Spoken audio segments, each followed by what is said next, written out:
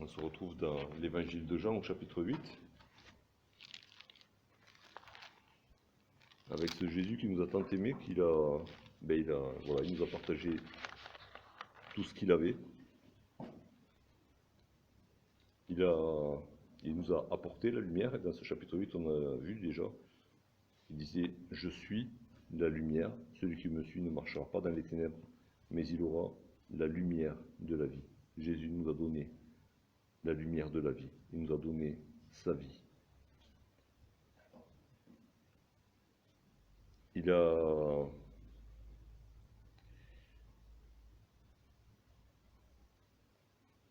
On a vu aussi qu'il a...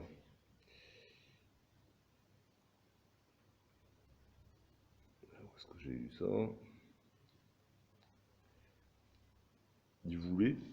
Il est venu pour nous sauver, pour qu'on croie en lui et qu'on ne meure pas dans nos péchés.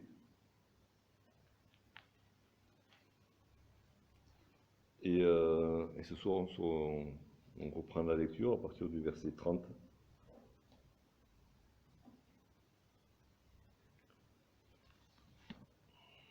Jusqu'au verset 39. Jean 8, verset 30. Comme Jésus parlait ainsi, plusieurs crurent en lui. Et il dit aux Juifs qui avaient cru en lui, « Si vous demeurez dans ma parole, vous êtes vraiment mes disciples.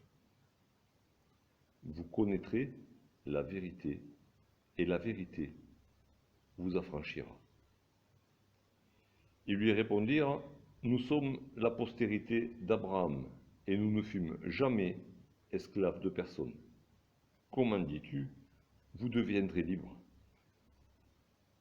En vérité, je vous le dis, leur répliqua Jésus, quiconque se livre au péché est esclave du péché. Or, l'esclave ne demeure pas toujours dans la maison. Le Fils y demeure toujours. Si donc le Fils vous affranchit, vous serez réellement libre. Je sais que vous êtes de la postérité d'Abraham, mais vous cherchez à me faire mourir, parce que ma parole ne pénètre pas en vous. Je dis ce que j'ai vu chez mon Père, et vous, vous faites ce que vous avez entendu de la part de votre Père. Ils lui répondirent, « Notre Père, c'est Abraham. » Jésus leur dit, « Si vous étiez enfants d'Abraham, vous feriez les œuvres d'Abraham. »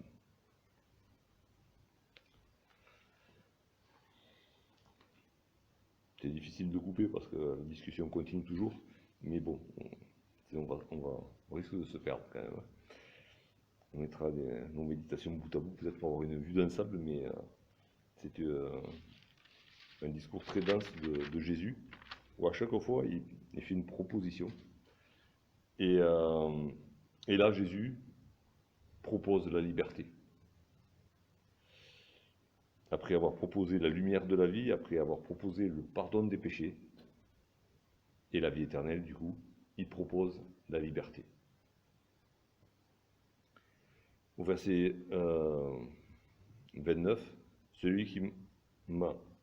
verset 30, comme Jésus parlait ainsi, plusieurs crurent en lui.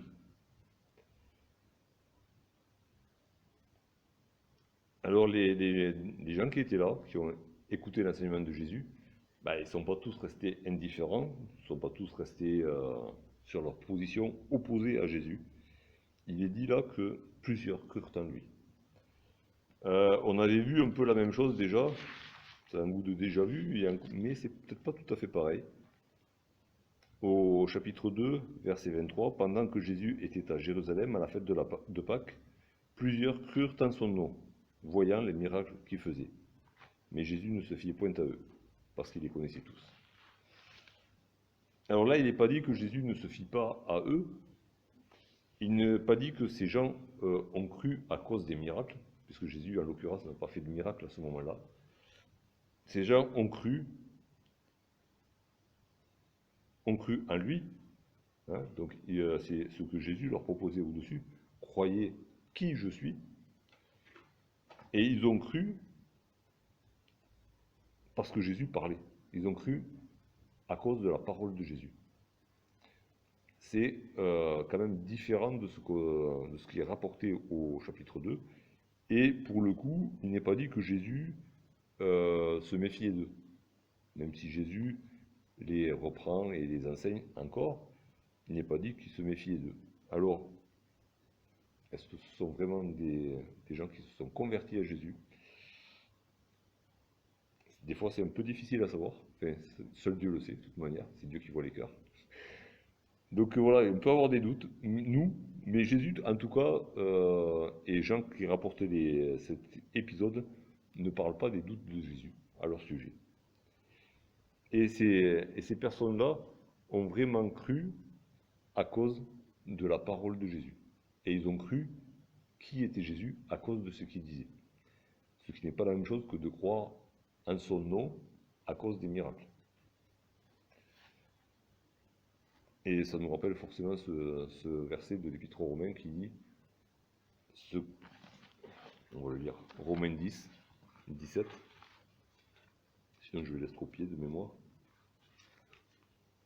Romains 10, 17. Ainsi, la foi vient de ce qu'on entend, et ce qu'on entend vient de la parole de Christ. La foi qui est basée sur autre chose que la parole de Jésus-Christ, ce n'est pas la foi que Jésus recherche chez quelqu'un qui se dit croyant.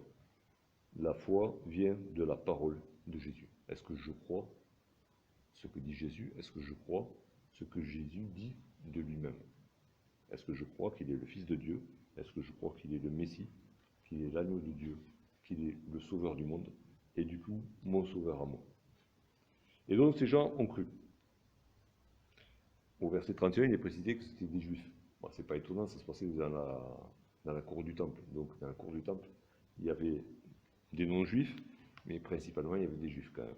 Donc voilà. Et donc Jésus dit aux Juifs qui avaient cru en lui, et là il n'est pas question, encore une fois, de remise en cause de leur foi. Si vous demeurez dans ma parole, vous êtes vraiment mes disciples. Jésus rajoute peut-être un degré de plus, on va dire, dans ce qui est la foi qui sauve. La foi qui sauve, c'est la foi qui croit qui est Jésus. C'est ce qu'on a vu la semaine dernière. Croyez qui je suis. Et ces gens ont cru qui est Jésus. Et maintenant, il leur donne un signe distinctif supplémentaire que doivent rentrer dans la panoplie, on va dire, du disciple de Jésus. Si vous demeurez dans ma parole, cette parole par laquelle vous avez cru, vous êtes vraiment mes disciples.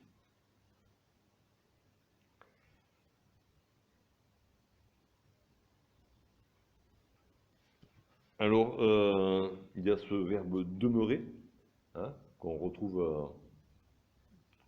Demeurer et parole vont souvent ensemble dans la parole de Dieu, dans la Bible. Demeurer ou garder ou être enraciné. Alors, dans la parole, en Jésus, c'est des expressions qui reviennent souvent et qui sont un signe distinctif des disciples de Jésus-Christ, des vrais disciples de Jésus-Christ. Jésus lui-même en parle à son Père dans Jean 17. Jean 17 au verset 6. « J'ai fait connaître ton nom aux hommes que tu m'as donnés du milieu du monde. Ils étaient à toi et tu me les as donnés et ils ont gardé ta parole. » Les disciples de Jésus ont gardé la parole de Dieu. Ils sont demeurés dans la parole de Dieu. C'est quelque chose qu'on voit aussi, ça me vient à l'idée juste maintenant, mais la foi dans la parole de Dieu, c'est ce que Paul, ça rentre dans le reproche que Paul fait, je ne sais plus à qui déjà, mais aux Galates, hein, vous avez commencé par la foi en Jésus-Christ, la foi en la parole de Dieu, et puis maintenant vous retournez aux œuvres. Hein, c'est, voilà, un vrai disciple reste dans la foi à la parole de Jésus. Et ce que j'ai remarqué, en cherchant quelques expressions comme ça, demeurer dans la parole, garder la parole, c'est que à chaque fois, des versets que j'ai trouvés, quoi, mais c'est un travail que je vous laisse, il faut faire à la maison, devoir de vacances. C'est chercher d'autres versets que ce que je vais vous partager maintenant, et où on voit qu'à chaque fois, il y a une promesse qui est associée. Il y a un bénéfice direct pour le disciple de Jésus qui garde, qui demeure dans la parole. Alors, le chapitre de la Bible qui parle le plus de la parole, psaume 119. Alors là, on pourrait prendre peut-être les trois quarts du psaume, hein, dans cette optique-là. Mais j'en ai pris juste un. Vous avez tous les autres pour vous. À partager, bien sûr. Psaume 119, le verset 101.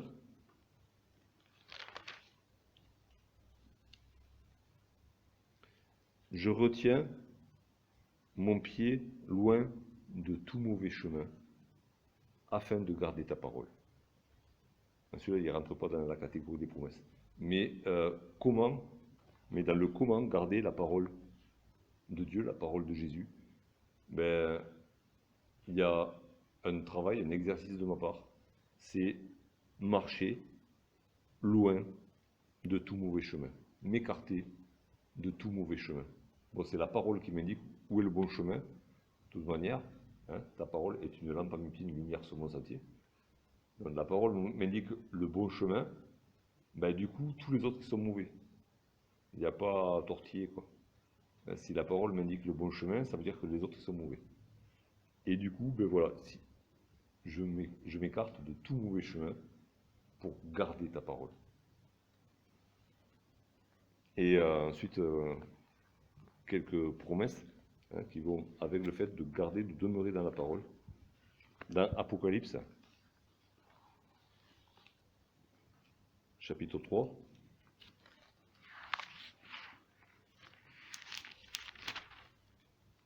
il y a deux versets dont je n'ai pris qu'un. Le verset 10. Parce que tu as gardé la parole de la persévérance en moi, je te garderai aussi à l'heure de la tentation qui va venir sur le monde entier. Jésus promet de garder celui qui garde sa parole. Et quand on voit ce qui arrive sur la terre, c'est beau de savoir que notre garde est assurée par Jésus-Christ. Une condition, parce que certes il peut nous garder de tout, mais si on va dans le mauvais chemin, on va en payer les conséquences. Mais parce que tu as gardé la parole de la persévérance en moi, je te garderai. Dans Luc 11,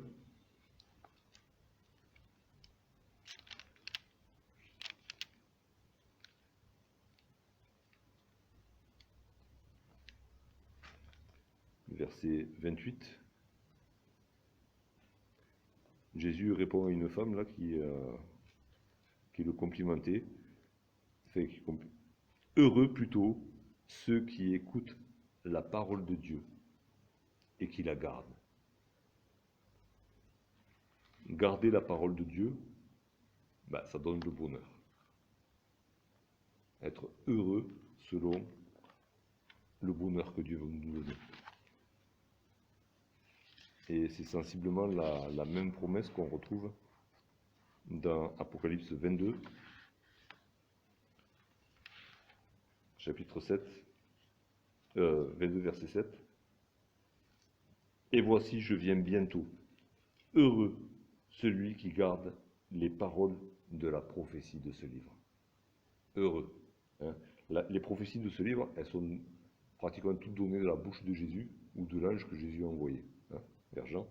Mais voilà, heureux celui qui garde les paroles de la prophétie de ce livre.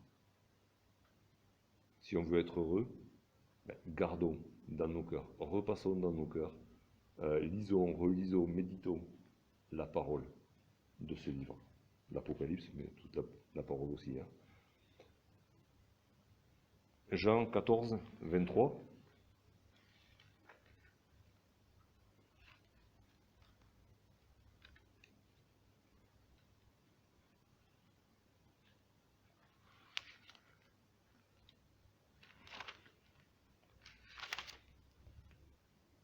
Jésus lui répondit, « Si quelqu'un m'aime, il gardera ma parole, et mon Père l'aimera. Nous viendrons à lui et nous ferons notre demeure en lui. » Alors si quelqu'un m'aime, il gardera ma parole. Signe distinctif du disciple, il aime Jésus et il garde la parole de Jésus. Et conséquence directe, mon Père l'aimera. Alors Dieu nous a aimés avant la fondation du monde, c'est écrit. Mais il s'agit là d'un amour particulier. C'est plus un amour général pour chacune des créatures tout de même, puisque Dieu a aimé le monde tel qu'il est, et chacun d'entre nous, mais ce sera un amour particulier du Père pour ses enfants. Et à plusieurs reprises, la parole fait la différence entre ceux qui sont de la maison de Dieu et ceux qui ne sont pas de la maison de Dieu. Même si Dieu aime tout le monde, connaître l'amour de Dieu pour soi, c'est pas de l'amour en général pour le monde entier, c'est pour moi. Et du coup, celui qui garde, je n'ai pas regardé s'il y avait une correspondance, il faudra que je regarde peut-être. Parce que des fois en français on met deux mots différents, mais en grec des fois c'est le même. Il garde la parole et nous ferons notre demeure chez lui. S'il demeure dans ma parole, nous demeurerons chez lui. En gros, il y a ce côté-là, cette correspondance. Et le Père nous aime d'un amour particulier, on le ressent cet amour particulier, et il habite en nous par le Saint-Esprit. Le Père et le Fils habitent en nous par le Saint-Esprit. Dieu lui-même habite en nous. Chez celui qui garde sa parole. Jean 15, verset 7. Si vous demeurez en moi et que mes paroles demeurent en vous, demandez ce que vous voudrez et cela vous sera accordé. Celui qui garde la parole de Jésus, Dieu exauce sa prière.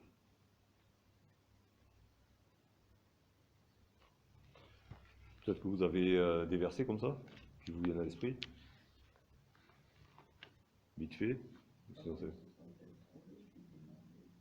Ah. Ouais. Question aussi de la parole. Sa parole est un grand butin. J'ai plus de joie que... Voilà. Donc ça donne la joie, c'est le bonheur, la présence de Dieu, la connexion avec Dieu au point qu'on connaît son amour. C'est l'amour de Dieu, c'est l'amour de Dieu. Il ne bouge pas. Mais on entre dans cet amour, dans la connaissance de cet amour.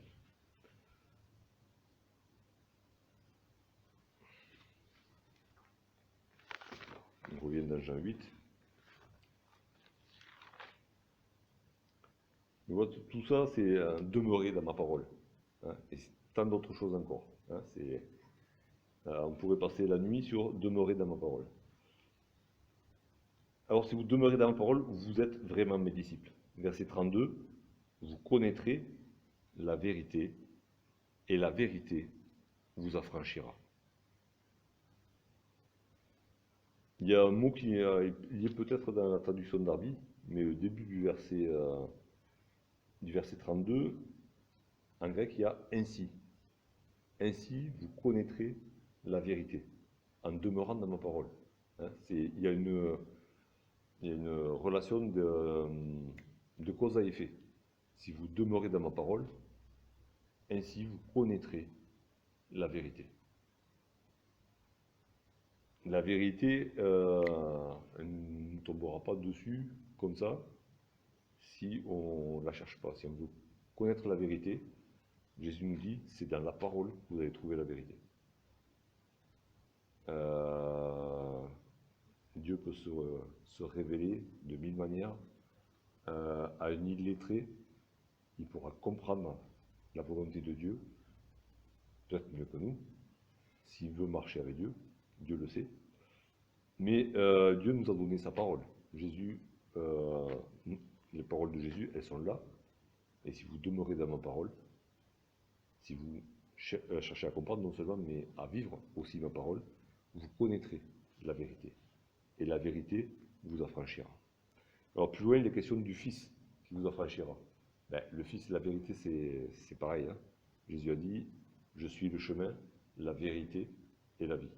La vérité, ce n'est pas un concept. La vérité, c'est une personne. C'est Jésus, c'est Dieu lui-même. On l'avait déjà vu. Dans la première épître de Jean, il est écrit, nous sommes dans le véritable. Hein. Le véritable, c'est Dieu par Jésus-Christ.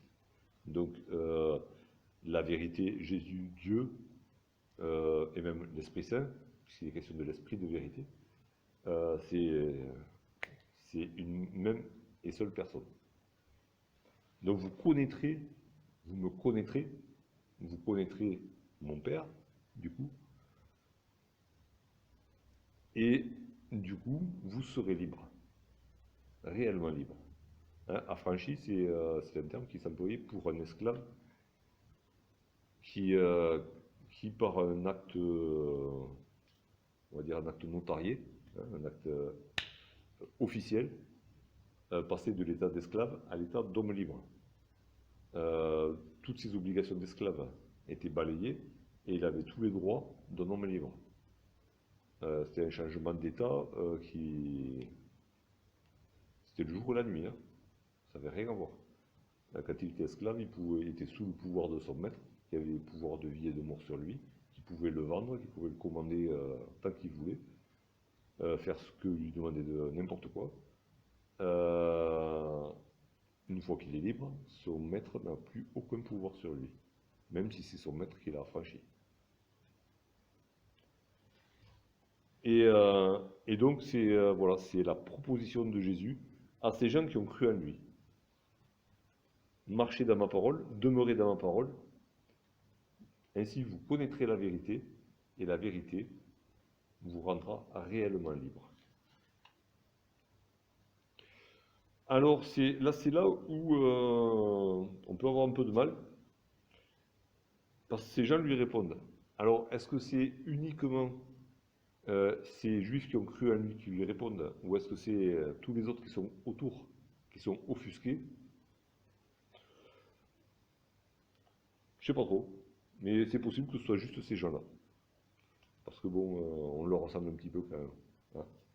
On n'est pas très au clair avec, des fois, avec la parole de Jésus et cette libération qu'elle donne.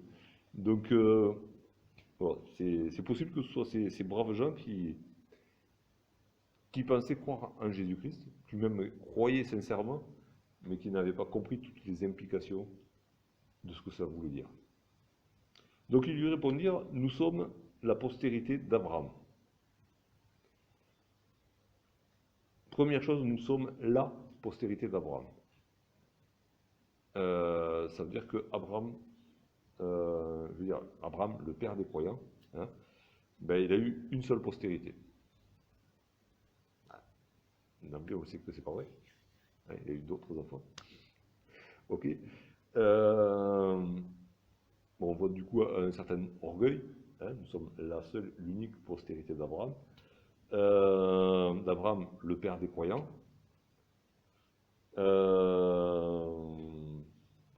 Forcément, c'était une vision très nationaliste aussi, alors que Dieu avait dit à Abraham, toutes les nations de la terre seront bénies dans ta postérité. Hein. Et bon, on pourrait reprendre ce que Paul en dit, hein, la postérité d'Abraham, en fait, c'est Jésus-Christ, la vraie postérité, celle qui a marché selon la foi d'Abraham, même au-delà, hein, celle qui a accompli tous les engagements d'Abraham, celui qui a accompli toute la loi, qui avait été donné à la postérité d'Abraham, le seul qui l'ait fait, la seule vraie postérité d'Abraham, c'est Jésus-Christ. Les autres, ils en portaient le nom, c'était dans la chair, mais c'était la postérité selon la chair, même si c'était par la femme libre, hein, mais c'était la postérité de la chair. Mais dans l'esprit, ils étaient loin, loin, loin, même d'Abraham déjà. Ils étaient loin de Dieu, mais alors ils étaient déjà loin d'Abraham au départ, vraiment de cet homme de foi. Et il y en avait des hommes de foi en Israël, des hommes et des femmes de foi, il y en avait. Mais en tant que nation, la postérité d'Abraham, elle avait failli à sa mission. Bénir toutes les nations de la terre. Ben non, vous n'avez pas été une bénédiction pour toutes les nations de la terre. Désolé. Et puis alors, il rajoute un truc que j'ai jamais pu comprendre comment ils en sont arrivés à dire une chose pareille. Et nous ne fûmes jamais esclaves de personne. Alors les Brahmantons, je sais pas vous, mais les Brahmantons, à chaque fois que je dis ça, ils disent mais c'est pas possible quoi. Mais c'était quoi les fêtes qu'ils allaient fêter chaque fois au temple? C'était Pâques, c'était la libération de l'esclavage. Les fêtes des tabernacles, c'était quoi? C'était c'était se souvenir de la bonté de Dieu à travers tout le désert, la loi qu'il avait donnée, la provision qu'il avait donnée. Mais attends, ils étaient où là? Sur quelle planète ils marchaient? Nous n'avons jamais été esclaves de personne. Et combien de fois Dieu dans sa parole, qui connaissait à l'avance le cœur de son peuple, combien de fois il dit souviens-toi, n'oublie pas, fais ceci parce que accueille l'étranger, parce que toi aussi tu as été étranger en Égypte. Enfin, si on cherche dans la parole, mais combien de fois Dieu se réfère à l'Égypte et à la délivrance qu'il a opérée pour Israël? Combien de fois c'est rapporté? À chaque fois qu'il y a un prophète qui se lève, à chaque fois dans les psaumes, même Étienne après dans le livre des Actes, à chaque fois qu'ils reprennent l'histoire d'Israël, mais ça passe par l'esclavage en Égypte et la libération. Et ils arrivent à dire, nous ne fûmes jamais esclaves de personne. Waouh! Alors c'est sûr, ils ne peuvent pas comprendre. S'ils sont vraiment convaincus de ce qu'ils disent, ils ne peuvent pas comprendre que Jésus leur offre une quelconque libération. Et encore là, il y a eu la déportation à Babylone. Ils sont restés toujours dépendants des empires qui se sont succédés après l'empire de Babylone. Là, ils ont les Romains chez eux, qui les empêchent de faire ce qu'ils veulent. Qui peuvent même, voilà, un Romain qui passait par là pouvait dire à un Israélite, toi, prends mon bagage, porte-le. C'est ce que dit Jésus quand il dit, si ton ennemi te force à faire 1000 avec lui, fais-en 2. L'ennemi, c'était le Romain, quoi, qui pouvait te forcer à le faire. Si c'est pas de l'esclavage, ça. Et nous ne fûmes jamais esclaves de personne. Alors, il parle au passé, il parle même pas du présent. Le présent, la nation d'Israël n'existe plus, quoi. Et bon, je m'emporte peut-être un peu contre eux, mais nous, on est comment? Est-ce qu'on se souvient, si tant est qu'on ait été affranchis, est-ce qu'on se souvient qu'on a été esclave, qu'on a été soumis à Satan, qu'on a été soumis au péché, qu'on est soumis à la peur de la mort? Est-ce qu'on est capable de se souvenir que Jésus est mort pour nous libérer de tout ça? Entre autres, hein. Il n'a pas fait, ça fait partie du salut. Mais est-ce que des fois, on ne serait pas un peu comme ces juifs? Nous ne fûmes jamais esclaves de personne. Finalement, j'étais pas si mauvais. Jésus, mais en gros, ça veut dire ça. On ne le dira pas comme ça. Hein, mais en fait, ouais, quand même. J'étais quand même quelqu'un de bien avant déjà. Non, tu étais esclave. Ok. Et il n'y a pas des esclaves qui sont un peu libres. Il n'y a que des esclaves. Même certes, il y avait des esclaves qui ont eu des réputations énormes dans l'Empire romain, hein, qui étaient philosophes et du coup, sûrement que le maître, il devait prendre des royalties sur leurs écrits, je ne sais rien. Mais il y a des grands philosophes qui étaient en fait esclaves de quelqu'un. Mais c'est pas parce qu'ils étaient célèbres qu'ils n'étaient pas esclaves. Leur maître aurait pu du jour au lendemain ou les tuer ou les vendre à quelqu'un d'autre. Il ne le faisait pas parce que ça lui rapportait mais au moins la notoriété, quoi. Mais je ne me souviens plus de quel philosophe romain, mais c'était un esclave, mais il y en a eu d'autres, hein, il y en a eu plein, mais, ou qui étaient riches, qui ils savaient se démener dans les affaires, mais ils sont devenus riches. Mais bon, c'était le maître qui s'enrichissait aussi à côté. Il travaillait pour le maître en même temps que pour eux, quoi. Mais donc voilà, mais n'empêche qu'ils étaient esclaves. Un esclave est un esclave. Et ben voilà, ben nous aussi, peut-être Dieu nous a bénis avant qu'on vienne à Jésus-Christ. C'est pas une raison pour dire qu'on était libre et qu'on n'était pas esclave. Donc voilà. Mais voilà, si je m'emporte un peu contre ces juifs, c'est que nous, on soit vigilants. On était esclaves. Il n'y a pas photo. Et il n'y a pas, voilà, il y a pas de demi-mesure. Un esclave, c'est un esclave. Un homme libre, c'est un homme libre. Et il n'y a pas de point commun entre les deux. C'est pas comparable. Alors Jésus leur explique. Hein, et c'est ça qui nous fait croire que c'était réellement dans leur cœur des disciples de Jésus-Christ. C'est que généralement, Jésus donne des explications à ses disciples quand il les demande. Et là, il demande comment peux-tu dire, comment dis-tu, vous deviendrez libre. Il demande une explication à Jésus. Ce que les opposants de Jésus ne font jamais. Ils ne demandent pas d'explication. Ils accusent. Alors Jésus leur explique, en vérité, je vous le dis, leur répliqua Jésus, quiconque se livre au péché est esclave du péché.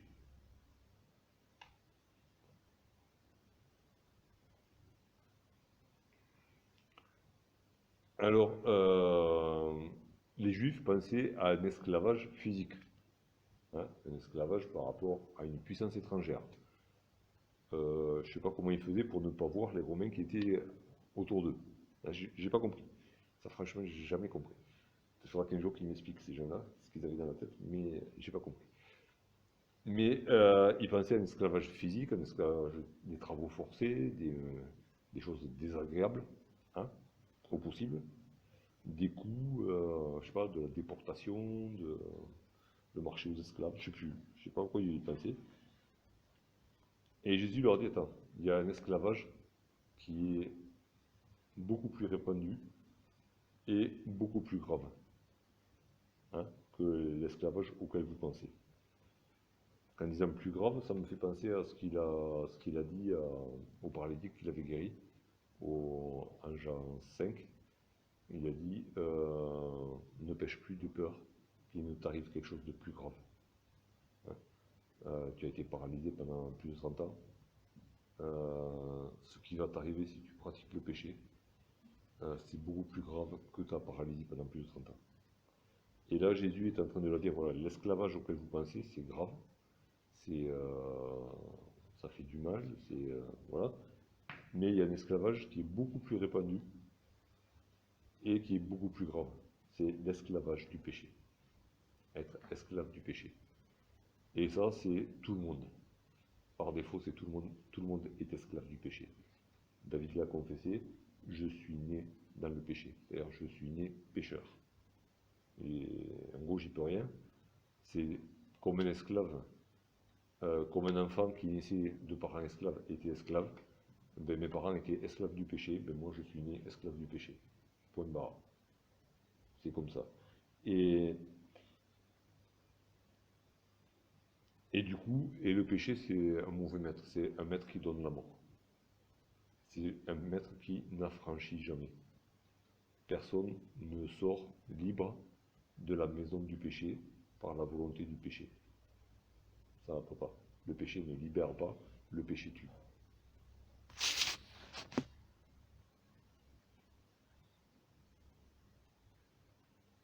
Verset 35, or l'esclave ne demeure pas toujours dans la maison. Le fils de la maison, sous-entendu, il demeure toujours. Donc, là, Jésus montre la différence entre l'esclave et l'homme libre. L'homme libre, l'héritier de la maison. Hein. L'héritier de la maison, c'est lui le maître. Bon, il devient maître quand son père est mort, hein, si on parle de testament. Mais là, le fils, est potentiellement le maître de la maison. Et, et l'esclave, lui, ben, il ne possède rien dans la maison. Il n'a pas de place attitrée dans la maison. Il peut être vendu à tout moment. Il peut être tué. Il a un statut très précaire. Alors que le fils, lui, il est stable dans sa position. Il est toujours dans la maison. C'est lui le propriétaire. Donc Jésus leur montre l'écart qui les sépare, hein, lui et ces hommes esclaves du péché. C'est ce qu'il avait dit dans le passage qu'on avait vu aussi la semaine dernière. Vous êtes de ce monde, je ne suis pas de ce monde. Vous êtes d'en bas, moi je suis d'en haut. Il y a une différence incomparable, un gouffre entre les deux, entre le statut d'esclave et le statut de fils de la maison de Dieu. Et donc, puisque le fils demeure dans la maison, qu'il est le propriétaire, si le fils vous affranchit, si c'est lui qui le fait, ça, en fait c'est lui seul qui peut le faire, vous serez réellement libre. C'est, encore une fois, ce n'est pas un esclave qui peut libérer un esclave. Aussi instruit soit-il, aussi bon philosophe soit-il, un esclave ne peut pas libérer un esclave de manière légale. C'est bon, dans Spartacus, c'est autre chose. Mais de manière légale, il n'y a pas un esclave qui peut libérer un esclave. Il n'y a que le propriétaire de la maison qui peut libérer l'esclave. Et c'est ces deux natures qui sont complètement à l'opposé. Hein. Il y en a un qui est d'en bas, un qui est d'en haut. Un qui est de ce monde, un qui n'est pas de ce monde. C'est pas possible autrement. Et vu que tous ont péché, hein, nous dit l'Épître aux Romains, mais quand l'Épître Paul dit ça, il cite l'Ancien Testament, tous ont péché, ben, il n'y a que des esclaves sur terre. Et du coup, il n'y a pas un seul homme qui puisse libérer un seul homme du péché. Le seul qui peut libérer, c'est l'homme qui est venu d'en haut, Jésus-Christ.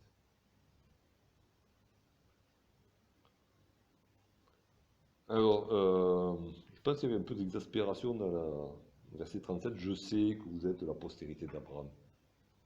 Vous n'allez pas me l'apprendre. Moi aussi, j'en suis physiquement. Donc, Jésus, arrêtez de répéter toujours la même chose. Vous cachez derrière Abraham. Je le sais. Ok? Mais vous cherchez à me faire mourir. Parce que ma parole, et c'est là où je pense que d'autres s'étaient mêlés à la conversation déjà. Parce qu'on ne peut pas croire en Jésus et vouloir le faire mourir. C'est un peu compliqué. Donc, de cette manière, l'entretien se passait en public, dans le temple, donc voilà. Peut-être qu'il s'est tourné vers d'autres aussi, qui se réclamaient d'Abraham, hein, forcément. Et un peu au-dessus, Jésus avait repris les tenants de Moïse, hein, qui avaient toujours Moïse à la bouche. Ben, les mêmes tenants de Moïse qui ne pratiquaient pas la loi de Moïse se disaient fils d'Abraham sans avoir la foi d'Abraham. Et donc voilà, Jésus se tourne vers ces gens-là, il leur dit, je sais que vous êtes de la postérité d'Abraham, arrêtez de me le répéter, je le sais. Mais il y a un truc qui ne colle pas, vous cherchez à me faire mourir. Et la raison pour laquelle vous cherchez à me faire mourir, et c'est là ce qui me fait penser que ce n'étaient pas les mêmes personnes aussi, c'est que ma parole ne pénètre pas en vous, alors que la parole de Jésus avait pénétré dans le cœur de ces gens qui avaient cru en lui. Ils avaient cru en entendant ses paroles. Et donc voilà, il dit, il y a un problème. Vous réclamez d'Abraham et vous cherchez à me faire mourir, mais la raison pour laquelle vous cherchez à me faire mourir, c'est parce que ce que je dis, mes paroles, ne pénètrent pas en vous. Vous êtes blindés, vous êtes opposés par principe à mes paroles, et on va voir un petit peu ce qu'il y avait derrière, ce blindage. Hein. Mais vous êtes opposés par principe à mes paroles, à rien de ce que je dis ne peut entrer en vous. Vous le refusez en bloc avant même que je parle. C'est un petit peu ce qu'avait dit aussi Nicodème au Sanhédrin. Il leur avait dit, est-ce qu'on peut juger un homme avant qu'on l'entende? Et il leur disait, Nicodème leur disait, attendez, il n'a pas parlé que vous déjà vous le condamnez. Mais c'était vraiment l'état d'esprit de des opposants de Jésus. Avant qu'il ouvre la bouche, il avait déjà condamné. Ils se bouchaient les oreilles, et physiquement ils l'ont fait, quand au moment de condamner Jésus, ils se sont bouchés les oreilles pour crier crucifie-le. Alors que Jésus ne disait rien. Mais au cas où il aurait dit quelque chose, ils se sont bouchés les oreilles. Ça me vient là, si on cherche le récit du procès de Jésus, ils se sont mis à crier, à se boucher les oreilles pour l'accuser, pour le condamner à mort. C'est vraiment ce que leur reprochait Nicodème et ce que leur reproche Jésus. Ma parole alors, elle ne pénètre pas en vous, elle ne risque pas d'y demeurer, quoi. Elle vous coule dessus comme l'eau sur les plumes du canard. Il n'y a rien qui rentre.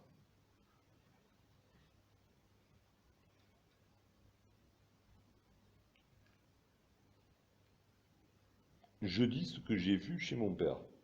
Et là, Jésus, encore une fois, répète qu'il ne dit rien de lui-même, qu'il ne fait que rapporter les paroles du Père. Il est venu pour nous faire connaître le Père.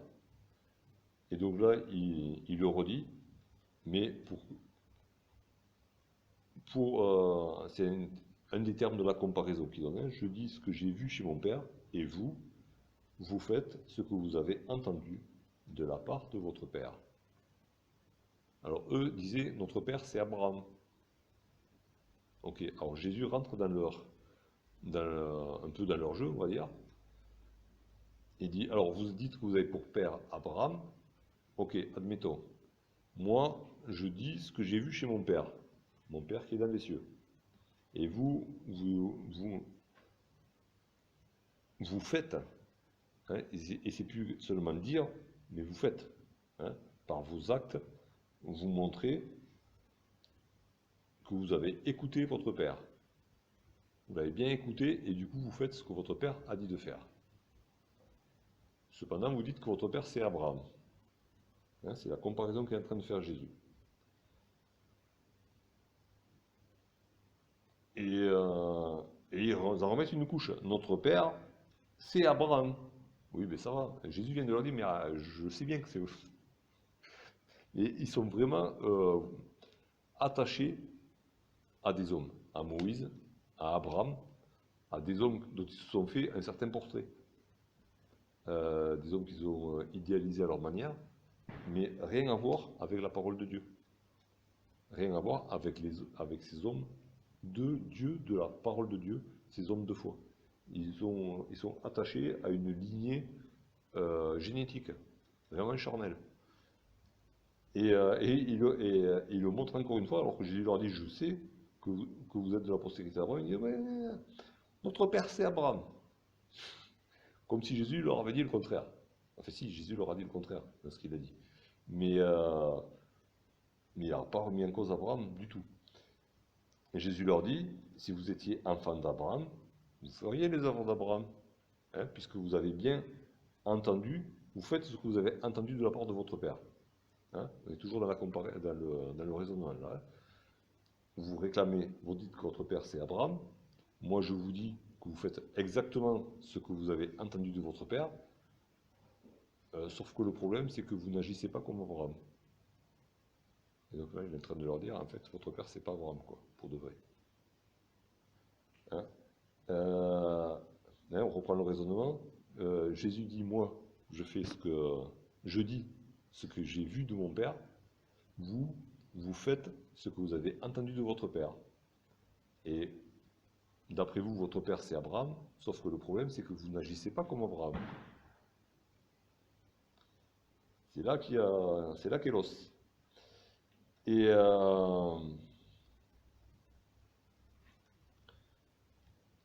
ce que vous faites, par contre, vous cherchez à me faire mourir.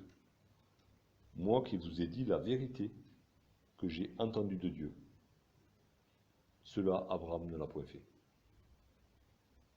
Abraham a entendu la voix de Dieu et Abraham a obéi à Dieu. Même si ça lui en a coûté, bon, imparfaitement, hein, on connaît la vie d'Abraham, enfin nous une partie. L'Épître aux Hébreux nous dit que c'était injuste, hein, fait partie de ces héros de la foi. Et dans l'Épître aux Hébreux, il n'est pas question des péchés d'Abraham. Hein, Dieu le voit juste à cause de sa foi. Mais voilà, il leur dit, Abraham n'aurait certainement pas agi comme vous. Parce qu'Abraham était sensible à la parole de Dieu. Et Abraham n'aurait pas cherché à me faire mourir. Quand Abraham, par exemple, a rencontré Melchisédek, ben, il a compris que cet homme-là qui est devant lui venait de la part de Dieu. Et il a écouté et il lui a donné la dîme. Et pourtant, personne ne lui avait présenté Melchisédek. Personne ne lui avait dit qu'il était là. Pourtant, il n'était pas passé loin déjà. Mais c'est bizarre qu'on le rencontre. Mais pour Abraham, c'était clair. Il a entendu la parole de Dieu. Il a obéi. Dieu lui a dit de partir. Il est parti. Dieu lui a dit d'aller là-bas. Il est allé là-bas. Dieu lui fait rencontrer Melchisédek. Il s'incline devant Melchisédek. On a appris des choses sur ce Melchisédek. Mais pour Abraham, c'était clair. Et c'est exactement ce que leur reproche Jésus à ces Juifs. Il leur a dit de différentes manières auparavant, il dit, vous ne connaissez ni moi ni mon Père, vous ne connaissez pas la parole du Père, enfin plein de choses. Et là, il est entré dans leur jeu, hein, puisque vous vous réclamez d'Abraham, eh bien on va parler d'Abraham. Qu'est-ce qu'il a fait Abraham? Lui, il a cru. Il a cru la parole de Dieu et il l'a mis en pratique. Vous, si vous aviez cru la parole de Dieu, vous ne chercherez pas à me faire mourir. Vous croiriez en moi. Et donc, on va couper là aujourd'hui, mais du coup, Abraham n'est pas réellement votre père. Abraham, le père des croyants, n'est pas votre père à vous parce que vous ne croyez pas.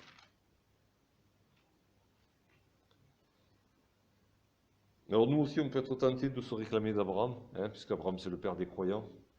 Hein, voilà. Alors on peut être tenté, nous qui avons la foi, par rapport à ceux qui n'ont pas la foi, qu'on juge peut-être hâtivement, on peut être tenté de dire, nous avons pour père Abraham, hein, peut-être qu'on a d'autres références aussi. Ben, vivons la foi d'Abraham, quoi. Après, on pourrait dire qu'on est enfant d'Abraham. Hein. Et puis, est-ce que c'est vraiment si grand que ça que d'être enfant d'Abraham? Être apparenté à Abraham, c'est bien, hein, dans le fait qu'on marche par la foi. On est venu à Jésus-Christ par la foi et on marche par la foi, du moins on essaye. Mais il y a plus grand qu'Abraham. Il y a Dieu lui-même. Est-ce que nous sommes vraiment des enfants de Dieu? Est-ce que nous marchons comme des enfants de Dieu? Est-ce que nous marchons comme des enfants de lumière? Et voilà, est-ce que c'est cette filiation-là qu'on recherche? Alors oui, on sera apparenté à Abraham de toute manière. Si on est dans la famille de Dieu, on est apparenté à Abraham, pas de problème. Mais si on commence à s'attacher au nom d'Abraham, ben, peut-être qu'on va se détacher un peu du nom de Jésus-Christ. Donc peut-être qu'on va s'attacher aussi à d'autres hommes, alors que le modèle c'est Jésus-Christ. C'est sur lui qu'on a les yeux fixés pour avancer. Donc c'est lui qui nous a libérés, si on est réellement libre. Donc voilà, cherchons à faire les œuvres de notre Père, qui est dans les cieux. Enfin, du coup, on fera les œuvres aussi d'Abraham, pas de problème. Mais voilà, sachons qui est notre Père. Et si nous sommes libérés, ben, en fait, quand un esclave était libéré, forcément il y avait des liens humains avec ses parents. Mais ses parents pouvaient rester esclaves et lui il était libre. Et il n'avait pas. En fait, c'est comme si la filiation avait été cassée. Il pouvait être adopté par quelqu'un d'autre. Parce que l'esclave n'avait aucun droit sur son enfant. Alors, cherchons à être de la postérité de celui qui nous a libérés. Et non pas être de la postérité de la chair, mais de la postérité de celui qui est dans nous. Si on est né dans nous, on est fils de notre Père qui est dans les cieux. On est frère de Jésus-Christ et on fait ce qu'on entend de notre Père et plus de notre Père esclave. S'il a été libéré, tant mieux aussi. Ok, mais c'est pas forcément le cas pour tout le monde, mais soyons soyons fils, héritiers, imitateurs de celui qui nous a libérés.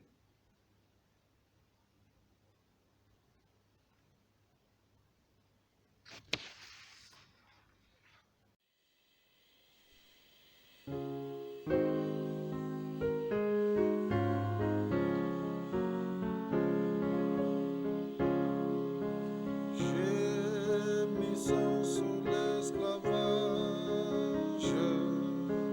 dans la sombre nuit, admirez, prenez courage, déjà l'aube nuit. Oh, joyeuse espérance, voici la délivrance. Nous connaissons la puissance de notre grand libérateur. Et nous vous disons confiance, venez, donnez-lui votre cœur.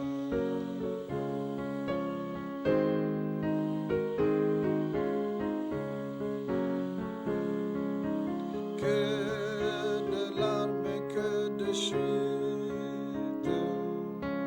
dans la sombre nuit. Voici la fin de vos luttes, déjà l'aube nuit. Oh, joyeuse espérance, voici la délivrance. Nous connaissons la puissance de notre grand libérateur. Et nous vous disons confiance, venez, donnez-lui votre cœur.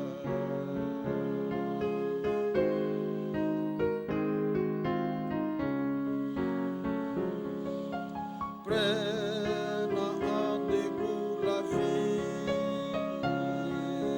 que découragé,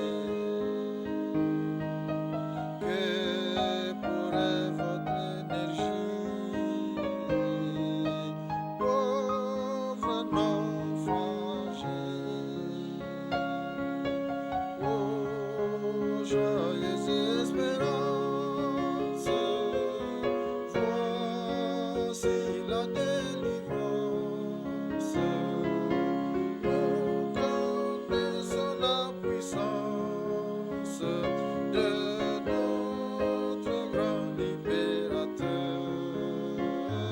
Et nous vous disons confiance, venez, donnez-lui votre cœur.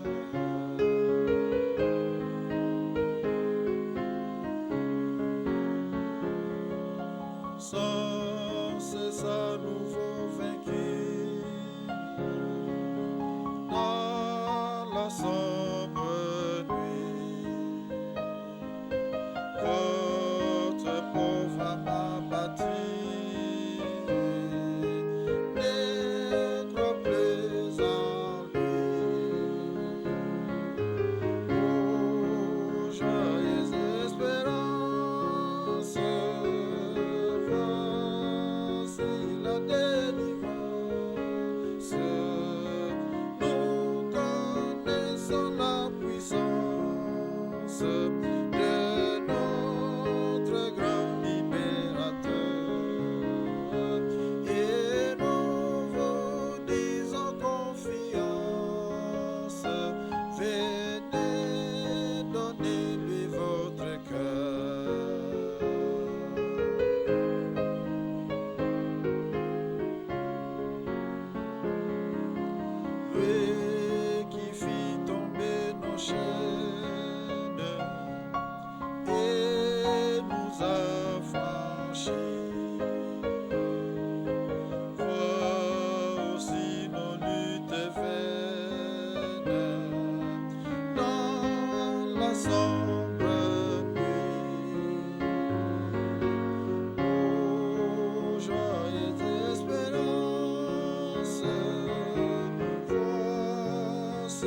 la délivrance. Nous connaissons la puissance de notre grand libérateur. Et